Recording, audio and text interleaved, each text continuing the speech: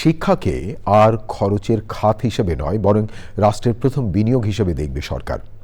প্রত্যেক শিক্ষকের জন্য ট্যাব থাকা ছাড়াও শিক্ষক প্রশিক্ষণ প্রতিষ্ঠানকে শক্তিশালী করার পাশাপাশি বিজ্ঞান, কোডিং, রোবোটিক্স স্কুল তৈরি এবং তৃতীয় ভাষা শিক্ষা বাধ্যতামূলক করাসহ বড় একটি রোডম্যাপ ঘোষণা করেছে শিক্ষা মন্ত্রণালয়। ইংরেজি মাধ্যম পরিচালিত বিদ্যালয়গুলোতেও আসছে আইনের আওতায়। সহকর্মী মোস্তফা মল্লিকের রিপোর্ট।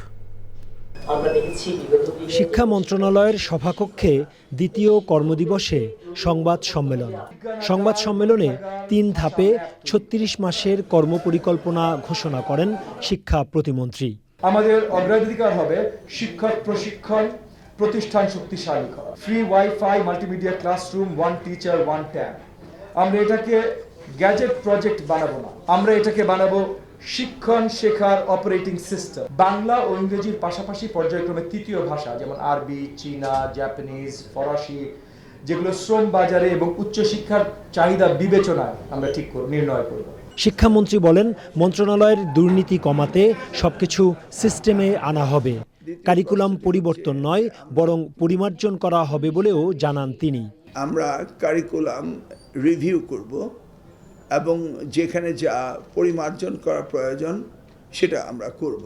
আমরা এমন অ্যাপস করব যেখান থেকে বদলির সম্ভাবনা কার কোথায় কিভাবে হতে পারে তদবিরবিহীন এবং তাদের রেজাল্টের উপর বেসড করে এই ধরনের একটা প্রস্তুতি আমার রয়েছে। তবে আমি আশ্বস্ত করতে পারছি যে এখন আর এই বাণিজ্যটা হবে না। রমজানের কারণে সরকারি, বেসরকারি, প্রাথমিক, মাধ্যমিক এবং কলেজ বন্ধ থাকলেও ইংরেজি মাধ্যমের বিদ্যালয়গুলোর অনেকেই এই নিয়ম মানছে না। শিক্ষামন্ত্রীকে এমন প্রশ্ন করা হলে তিনি বলেন, ইংরেজি মাধ্যমের বিদ্যালয়গুলো রাষ্ট্রের আইন মানতে বাধ্য। ইংলিশ মিডিয়াম ওদেরকে আমরা রেগুলেটরিতে আনতে পারিনি মন্ত্রণালয়ে, সেই সময় এই উদ্যোগটা নেওয়া হয়নি। That was different story.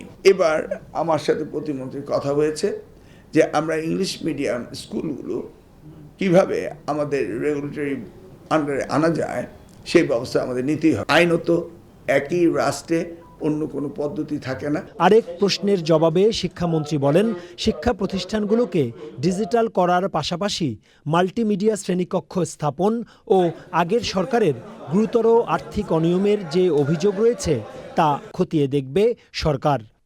Mostafa Mallik, channel I, Dhaka.